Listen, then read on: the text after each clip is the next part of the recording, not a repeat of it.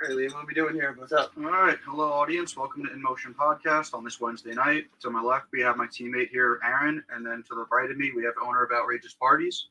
His name's Ross. And we kind of want to discover what led you to start your own entertainment business. What do you think the importance of it is in terms of other entertainment businesses, and as well as how their marketing perspective might be different to other entertainment businesses' marketing perspectives. That's an interesting question. Let's take that step by step. Step by step. Absolutely. I started Outrageous Parties in 2008. So it's going to be turning 16 this March. And the original motivation for the business was doing magic shows. I'm a professional magician of 25 years. And so that's kind of where the aspect of parties came from. I was like, well, if I'm already doing a magic show for the kids and I'm bringing a speaker system, why can't I just pipe some music into them and become a DJ, like at a kiddie level? You know, I'm not like a club DJ or anything at that point.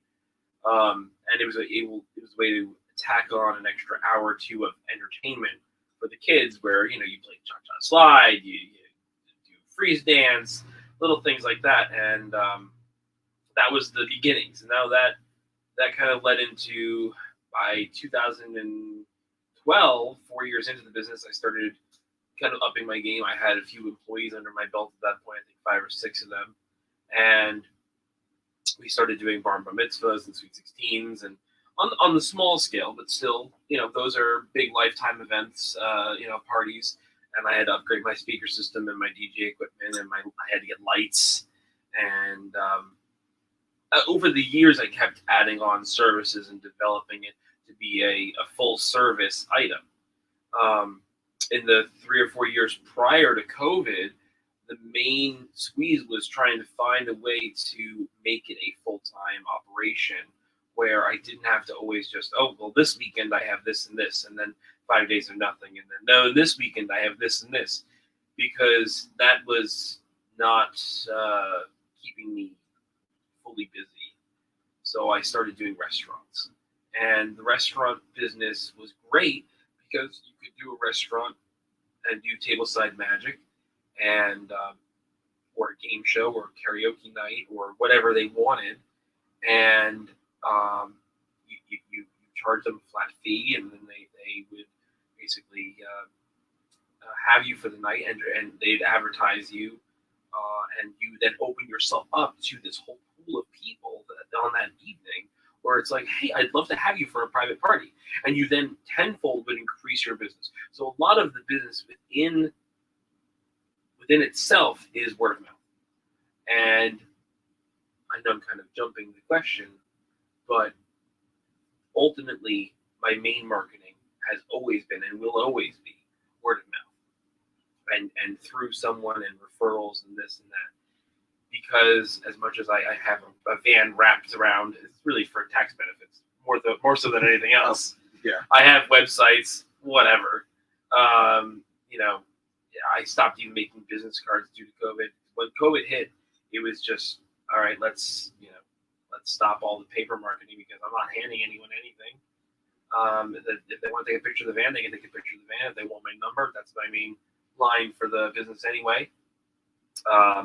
And YouTube, I had a few videos for the Bar Magic label through my business. So Outrageous Parties is kind of the top, the umbrella company, if you would.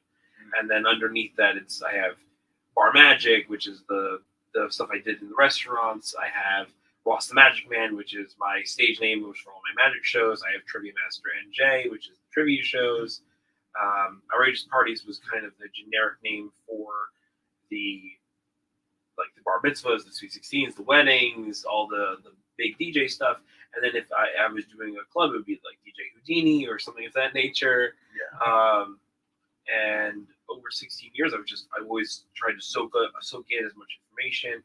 We started doing photo booths and all this other stuff. So the business has always been a passion to kind of see how much I can do. And if I still enjoy it at that level. And I did all the way up until COVID. COVID really sucked. And now getting back into it, it's hard because I don't have the same time allocation that I can give to it due to the fact that I had to find a different job. I had to find a completely different passion in life. That wasn't like a full 180, but it was kind of just a tangent off my normal path. That's how I met you.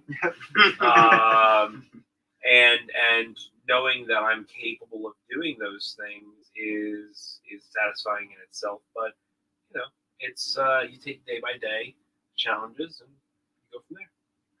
So I mean, one thing I like to express is when it comes to trying to own a business.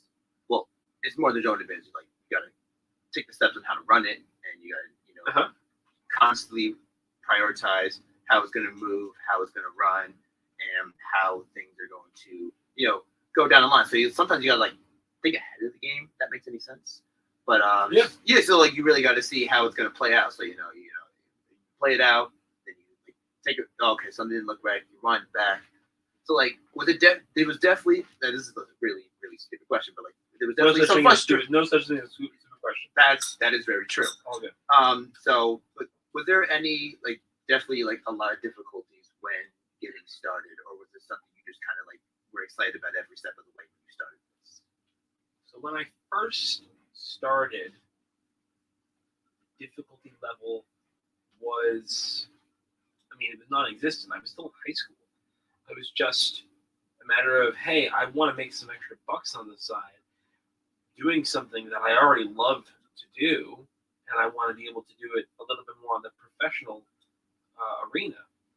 And so I was able to, utilize contacts that I had through both student teaching at the religious school and through my mom, who was a first grade teacher.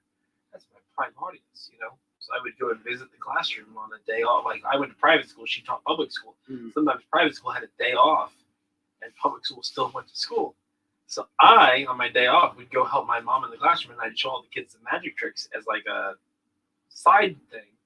And some of the parents would hear about it, and then they'd ask my mom, "Oh, your son does magic?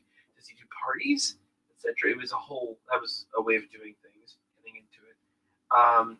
So it in that sense, the difficulty level really, I never felt it was difficult. What was difficult, I think the most difficult part of transition or getting somewhere was when I was getting into the restaurants. Finding a restaurant that wants to host you and fork up money that they otherwise could save to invest in something that you have to kind of convince them that this is what your customers want, and or this is what you need to get new customers, to draw in people saying, "Oh, they have a magician on Monday nights for Monday Night Magic. Wow, we should go to this restaurant for Monday Night Magic, and we'll have a magician come to the table. That sounds awesome, right?" So it was always a pitch when you're doing that. And luckily, I worked with 3 or 4 restaurants. That was it. And one of them had me multiple nights a week. 2 of them had me every week, same night. I was at Jack's Gold Line Stand in Long Branch every Thursday, and then I stayed sometimes. I stayed every time to run karaoke with my buddy Steve. And sometimes when he was out sick, I would just run it myself. And then I was at C'est La Vie and Mr. Pizza Slice in Red Bank. And C'est La Vie had me doing magic, and Mr. Pizza Slice had me doing a game show. So it was always about what works for the venue, what works for their budget, what works for me. Do I want to run a game show every single night? Not really. It's a lot of equipment lugging and setup time, and the magic. It takes me 15 minutes to set up. I'm there for 3 hours, going to table to table, and when I want to leave, I'm out in 5 minutes. It's, to me, that was always an easier thing to do, and it's just innate. After 25 years of doing it, I don't need to think about magic; it just happens. So it becomes secondhand nature. Yeah, and that's yeah. So it's also a cost benefit analysis. You're thinking about time and how much you're actually making. Well, if my setup and takedown is like 20 minutes combined, that's the best cost benefit analysis you have. Whereas if the trivia show takes me an hour to set up and an hour to take down on top of the 3 hours of me already being there, and I'm not getting paid for those hours on either end. I'm doing a lot more work for less pay, and you have to kind of say, oh well, I mean, I can do a game show this night, but I want to do Magic a few other nights to make up for the time to get a more average cost. That makes sense. And what would you say? I know you mentioned about the difficulties and everything. How would you say how? And I mentioned COVID had affected your business a lot. How would you say in terms of now it being kind of post-COVID and kind of in the rearview mirror? Absolutely. How does the business look now in comparison with those difficulties then? Well, with that, when COVID first hit, I had done a few. I had a few people looking for virtual events, and there were a few successes. I did a few game shows. I did actually a virtual Magic show, which was very odd. It was a different type of experience. Normally, with a Magic show, I'm used to interacting with my crowd, heckling them a bit, and I'm always one to say that it's better to see Magic live in person as opposed to virtually, because it's more believable. Like, there's no camera trying to trick you. There's more to it. You don't want to think. You don't want to have to second guess like CGI or whatnot or AI. These days, anything's possible with that kind of stuff. Filters, etc. So, for me, I've always been one to be like, you have to see it in person. You have to see it in person. You have to see it in person. And with COVID, that was basically impossible. So for me, that's when I had that whole thing where I was like, I have to just get a different job. I have to choose a different track.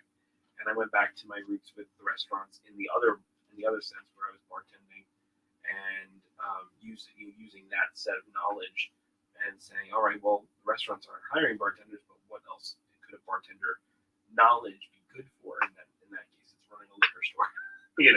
I know all the booze already. It's just a matter of learning the sales process of it. So,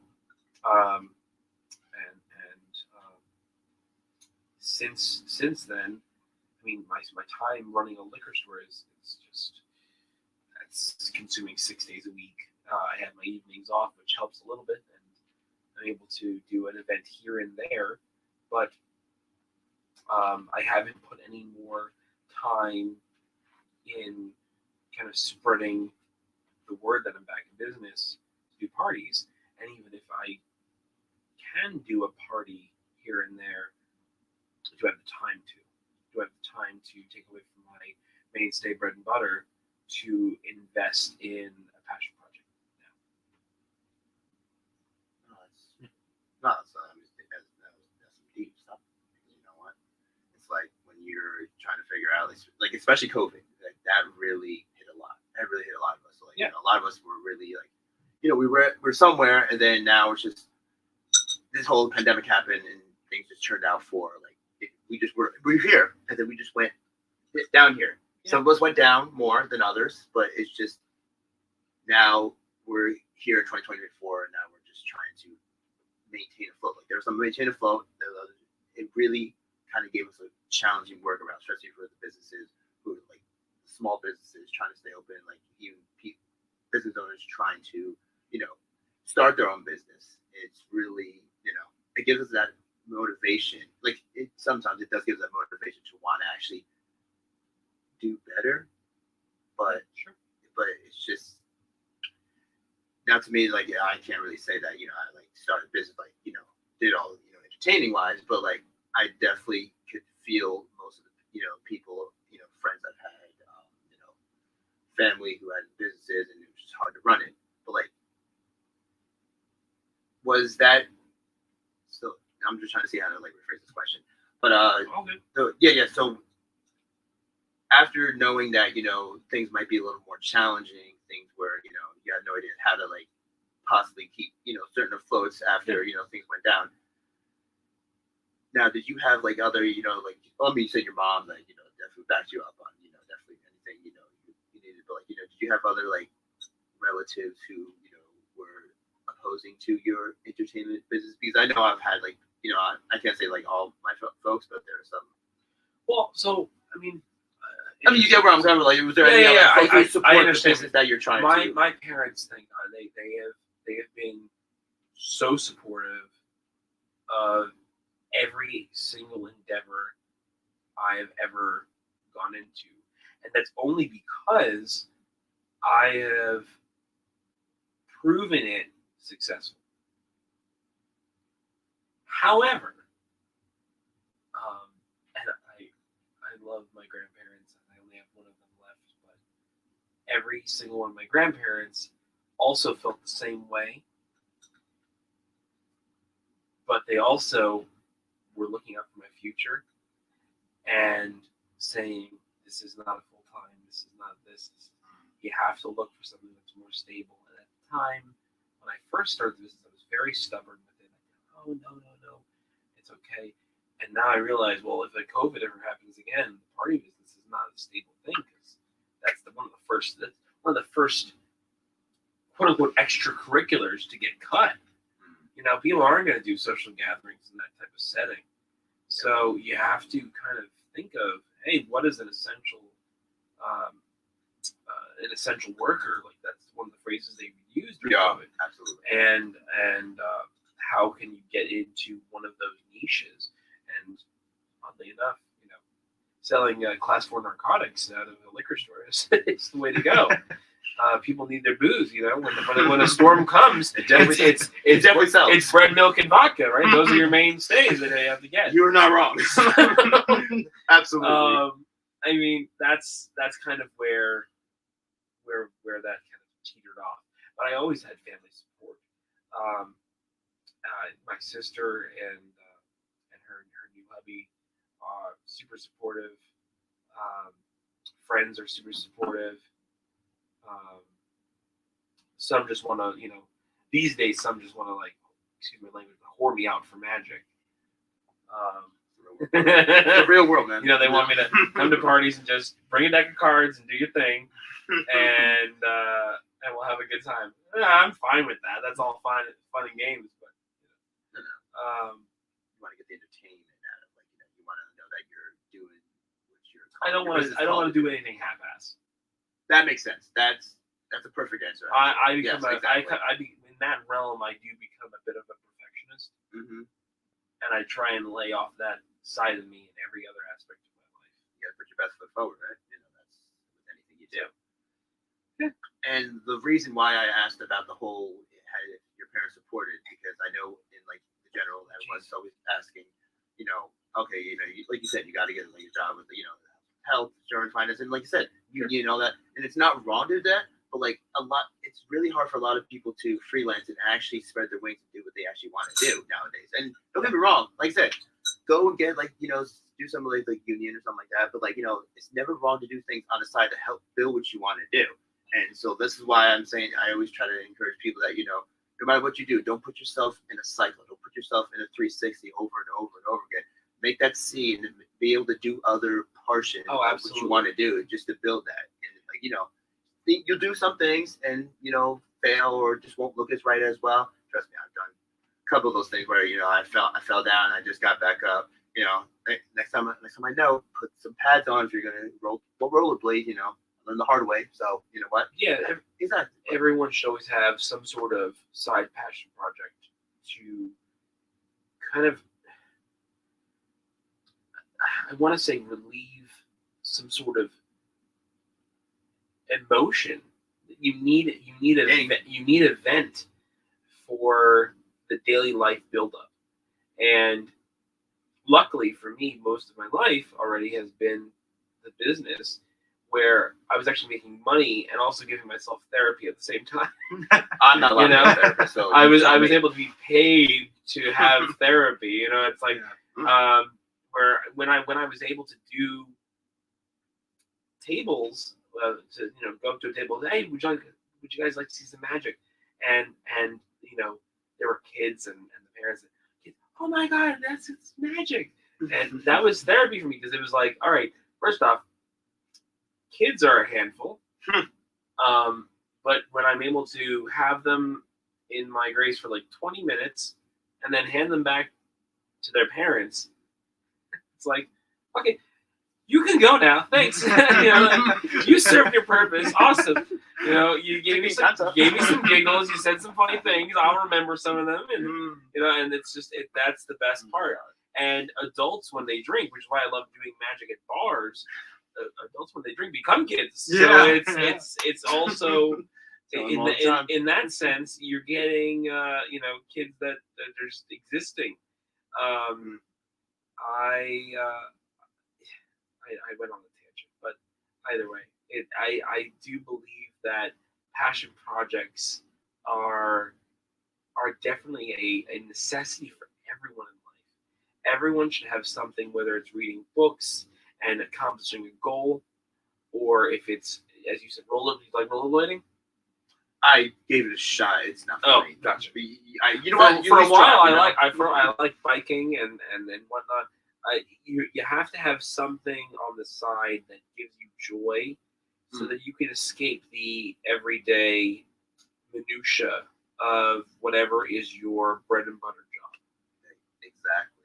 Now, do you have a passion, Liam? I'm just gonna quickly ask you: is there a particular passion besides He likes dancing. I know he likes dancing, but I'm just trying to make sure that. Don't get me wrong. That's a good way dude. That's a good way to stay positive. That's a good way to keep energy flowing. But but that's why I like how you said that. Everyone needs that type of passion to get rid of the I like how you said that. I didn't forget something, but I like how you said that, because that really says what needs to be happening. Because everyone's always stressed about that things they need to do, things they need to live. See money, things they need to work on, money, and things they need to, people live with to support them, money. But you get where it's kind of it's always big. There's always that graph people look at. They say, okay, there's three light switches on the wall. First light switch is your happiness in life. Everyone wants to be happy. All right, turn that one on. Second light switch, your happiness at your job. That's important too. Let's turn that one on. Money. I need lots of money. That's the third light switch. If I turn the light switch on, I get money. Well, turn the light switch on, I guarantee you one of those other light switches turn off. You can only have two of those light switches turn on. It's unfortunate but true, and that's why if you're happy at your job and you're getting money, sometimes you lose track of what your life is. Not that you're unhappy in your life, but you kind of lose track sometimes, or blur the lines too much with your life. If you are happy in life and work, you're probably not doing too well in the money department. If you are, then you have hit umpteen success. Congratulations, you hit the lotto. But the money aspect, usually in those scenarios, not the greatest. And if you're happy in life and you're good with money, usually means you have a 9-to-5 job that you absolutely hate, but it's giving you everything you want in your regular life. And I admire those people. I personally, I can't do that. But and that's why I always, and I'll go back to the same thing. You need to have some sort of passion on the side. And when I first started the business, it was, I was 16, whatever. I made $100 here on a weekend, $100 there on a weekend. It wasn't something that's gonna let me move out of the house at 16 or buy a car or anything of that But it was a start. It was a start. And you have to understand that if your passion project on the side, if you're working a 9-to-5 at an office and you start something on the side, whether it's photography for whatever, anyway, if you're doing a gig here and there, it's not going to be, I'm going to quit my job tomorrow and I'm going to just do my passion project. No. Build it up over time. Take 2 or 3 years to really delve into the depths of what your passion could bring you. And if you get so busy that you have to, hey, you know what? I have to kind of do 4 days at my job instead of 5. Is that okay? Because I have other gigs that are coming in. And you know what? I have so many gigs that are coming in. I can't do this job anymore. You have to kind of build up to that. That's not a light switch. That's not a light switch. That is a gradual over time understanding of, hey, you know what? My passion is now actually becoming my job. And by the way, when your passion becomes your job, find another passion. Because that will end up being a second flow of income and a third flow of income. When I first started with magic, I knew music was a second flow. So that's why I started the DJ. Then I liked photography, so I added that in.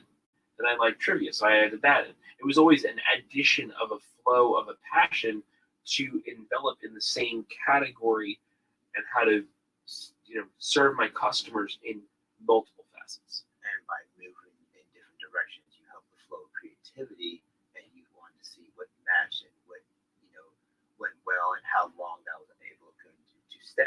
Because it's all, like you said, it's all a process, and it's never when you're on a bike, you're pedaling. Do you think you pedal, the bike's gonna go forever? I mean, actually, you'll go down a hill, but do you think the hill's gonna last forever? I mean, you're bound to hit the crossing road at some point, and that red light's not gonna go green just because you want it to. I mean, so it's just, my point being, it's a process, and you got to keep adding, you got to keep moving, you got to keep going with it. So you got to be okay with moving. You got to be constantly moving, and I'm not talking just physically moving, but creatively, brain process. Always keep absorbing information to get to the next level of your life. Because if you stop learning, you stop growing. If you stop growing, say goodbye to evolution, say goodbye to every aspect that will help you get to the next stage of your life. Because you would say it's probably important to build that portfolio and discover those different avenues that can lead you to the success 100%. That you would want to have. 100%. And by choosing to not do that, you're only going to limit yourself. And like you said, you're not going to grow. You're not going to be where you want to be. Yep. And ultimately, it's just going to lead you to be unhappy in life because you're going to realize that there's something I should have done along the lines that would have led me to the place I meet people all the time, especially magicians, who, I should have gone pro. I should have, they're teachers, electricians, they're whatever. I still am technically. We haven't had another election since COVID. Yeah. So I'm technically still am. I'm the president of the International Brotherhood of Magicians, Ring 123, Leroy Tamabasco in Monmouth, Ocean County. And that position has introduced me to a lot of local hobbyists that are magicians, people who have served as firefighters who are also magicians, people who do it as their mainstay. I mean, I have people who really could and should have done a stint in Vegas and didn't for whatever reason. It's so interesting to see the variety between their dreams and aspirations and where they all ended up in life. Because I've seen it all in that regard. And there are hobbyists who say, "Well, how do you do it? How do you book a show?" I just booked a show. I don't know. It's gonna happen. I met a person, I socialized, and I booked a show. It's, what do you mean? How do I book a show? If you wanna do it, just do it. It's a matter of just finding a way to, I don't know, socialize with an audience and say, hey, I'm a magician. I'm doing shows. Do open mics. Do something for free, knowing you might get something out of it. So I do open mics every once in a while. I do for my before I even got into restaurants paid, I actually did a restaurant for free for 7 years. It was my mainstay, and that was a passion. I liked the staff there. Is that restaurant still around? No, unfortunately, it actually got demolished to the ground. The Inkwell Coffee House. Oh yes, I'm well aware of the Inkwell. Oh my God, that was the best place. So the Inkwell Coffee House was my mainstay for 8 years. I was there doing magic, and I did shows in the upstairs. That's actually one of my posters from one of the shows up there on the wall, where it says $5 door. The Magic Man. Yeah. So I mean, I was there. I worked with the upstairs crew. We had an upstairs collective where we had an artist, a poetry, did a whole bunch of game night. We came up with a bunch of things, and I miss those days. That was my start in restaurants, and I did it for free just to meet people, understand how people think. It was my playground of just I can do anything and not worry about it because I'm not getting a paycheck. So I can show up any night I want. I can do whatever I want here, and they're going to allow it, and that's awesome. That was a great liberty that was allowed to me to kind of experiment and grow. So. And are you still doing those magic shows here or there? Or is that something in the past that you were once doing that you may see yourself going back to? When called upon, I still do stuff. When I mean, it's in my blood now, and I don't need a refresher course. It's just kind of I pull out the box, I dust it off, and I go. You know, or even if it's impromptu stuff, I can pick up almost any item and do something. In a party scenario or meeting someone at a bar, you're able to just being able to take something and make an experience out of it, make something memorable. That's what I always loved about magic itself, and why I really always wanted to emphasize the memory aspect of it. You know, I want people to remember the experience that I gave them. If they don't remember my name, that's whatever. That's second. That's not neither. But if they, oh, we saw this magician at Jack's. They remember where they were. They remember what they saw. If they don't remember my name, that's fine. I'm not an ego guy. Whatever. But believe me, if they see me again, oh, were you the magician at Jack's? Yeah. Thank you for recognizing my face. My face hasn't changed since I'm 6 years old. I've been growing some, hairs here and there and whatnot, and getting a little bigger. But thank you for recognizing me. Thank you. That's basically what I've loved over the time I've done it. And you know what? That's a great thing to feel that when you do something, it's not necessarily for how much you're gonna get in your pocket, but for somebody to recognize you and be like, okay, you did that. It's like getting paid, but you're getting paid with the generosity, the respect that was done that you have formed, and then they're showing their gratitude towards that. So it's a good feeling, but it's a feeling that's not really brought up enough lately nowadays. But that's why and it's a feeling that really you should get more often. Yeah. In your job, your 9 to 5, in your life.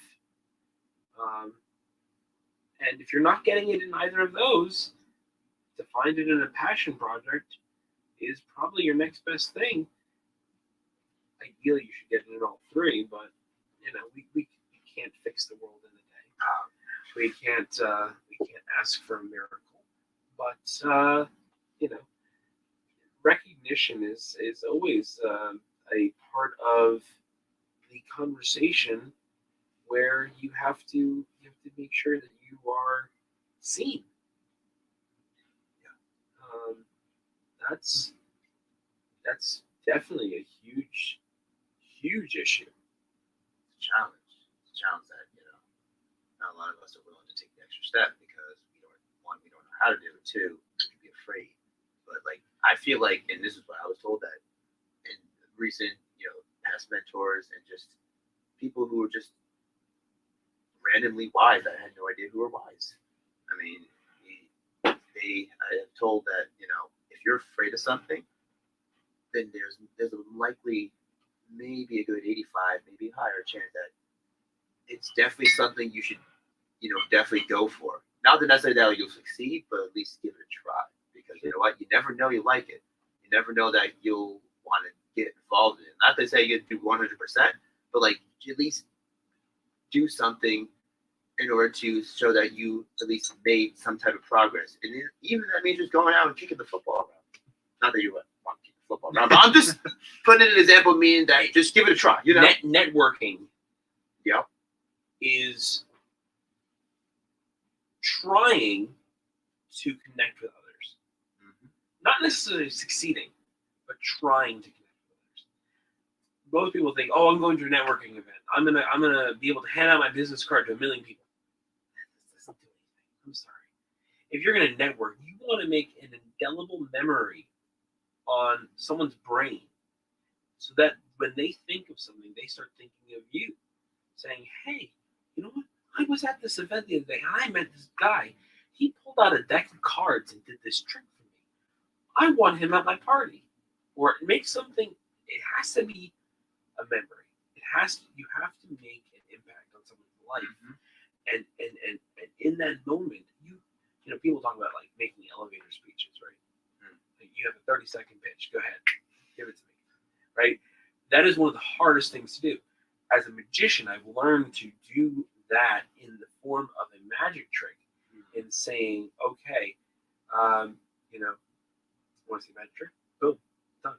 I do something in 30 seconds and blow their mind, and the next time they see me, they go, "Do that trick again. Do it again. Do it again."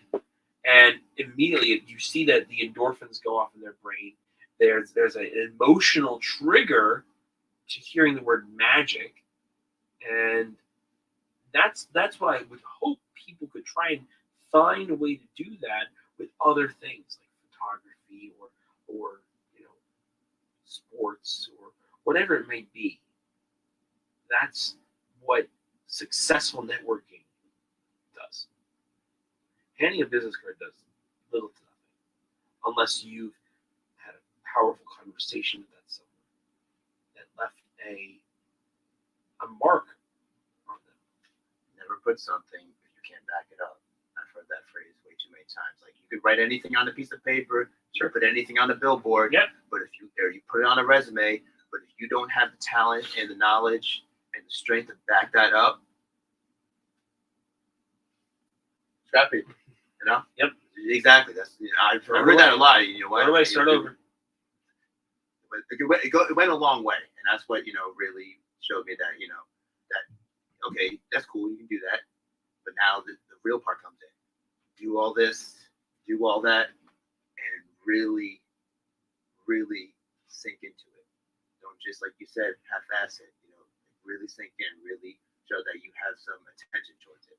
Like I said, not that you may not like it, but you know what? At least you'll be able to learn something from it, and that's also important. Even if you don't like something. I would say, as you were creating your business and everything, were there other entertainment businesses that you were looking at a certain time to see what their background was that could help you build ideas onto what you wanted to do? No. What I would say is, I attended so many bar mitzvahs in this area when I was little that I had so much party experience already by the time I started the business that I was like, you know what? I remember seeing this at one of the bar mitzvahs. I'm going to try this now, and I'm going to try this now, and I'm going to try that now. And when I was starting the business at 16, it was when my sister we were planning her bar mitzvah. And so I was at all these conventions, and I was like, I want to do this and that and that. It was like I was at a playground. I was able to see all these things of what was going on in the industry, and I was like, you know what? Maybe I want to do that. I want to do that. I want to do that. And when I was like 10 years in at that point, I had been to a few conventions, and I was upgrading my equipment. And when you're looking online for equipment and whatnot, you're able to kind of see, oh wow, look what's available now. Oh, they're doing inflatable photo booths that can, compress into the size of a giant duffel bag, and like, oh wow, that's cool, and I can bring that with me and set it up and do all this stuff. And that was always, oh wow, that's something I can add on, and it'll still fit in the van. I can still bring it with me to the party, and set it up with little to no staff, and operate it with reasonable stuff. It was always trying to figure out. Subliminally, I was doing profit margins. I didn't actively think about it though, and we were able to make so much money that I was able to not have any college debt left, and I did this throughout college. On the weekends, weekdays, whatever time I had, I was able to do gigs.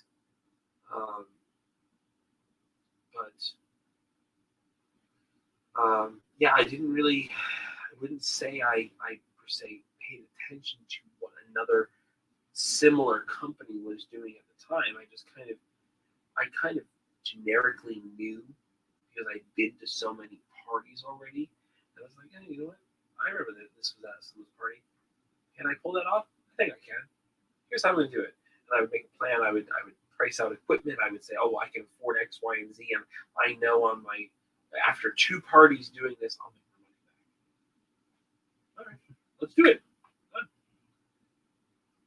So that kind of makes me think like, so I'm trying to think of how I'm phrasing this.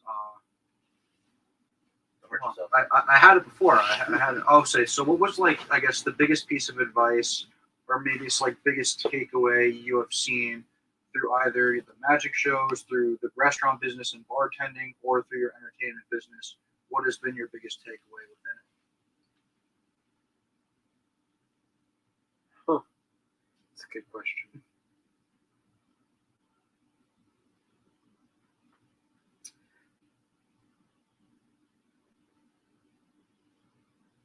I have 2. The first one is that I have what I would consider a love-hate relationship with people. I love people. I think talking with people is fantastic. I think kids say the darndest things, and they wouldn't have made a show about it otherwise if it wasn't true. But I have a love-hate relationship with people, and I say that because there is the type of people where when I was doing magic in restaurants, right, I would sometimes go to a table and be like, hey, would you like to see the magic? And they would say, yeah, sure. I'd love it. Wait, you're a magician? And they'd like start freaking out, and then, oh, kids, come here. They grab the whole family would appear out of nowhere. I'm like, all right, now I got an audience of 20 at a table of 4. Okay, here we go. And the show would begin, and I'd start doing stuff. But then you also have the tables that I would go up to, and I would say, hey, would you like to see some magic? I'm Ross, the magician here at Jack's. And they go, walk away. Leave us alone. And I'm like, if you really don't if you don't want to see magic, are we friends? Are you a human? Are you what kind of person are you? In that case, thank you for saving my time. I don't want to associate with you. And that's fine. And I'm not wasting the restaurant's money or time. I'm not wasting my time. But as I said, love-hate relationship. And then as far as another big takeaway is, I think that the business kind of helped me understand budgeting in life and understanding, okay, you shouldn't waste money on X, Y, and Z, but really make sure you're spending it on things that matter, things you enjoy, things that you can profit off of, things that will benefit your future. Have I slipped every once in a while? Of course, everyone. We're all human. Yeah. But I truly, I think that was something I didn't realize in the moment of doing business, but I realized it in the aftermath, in the after effect of how everything landed today.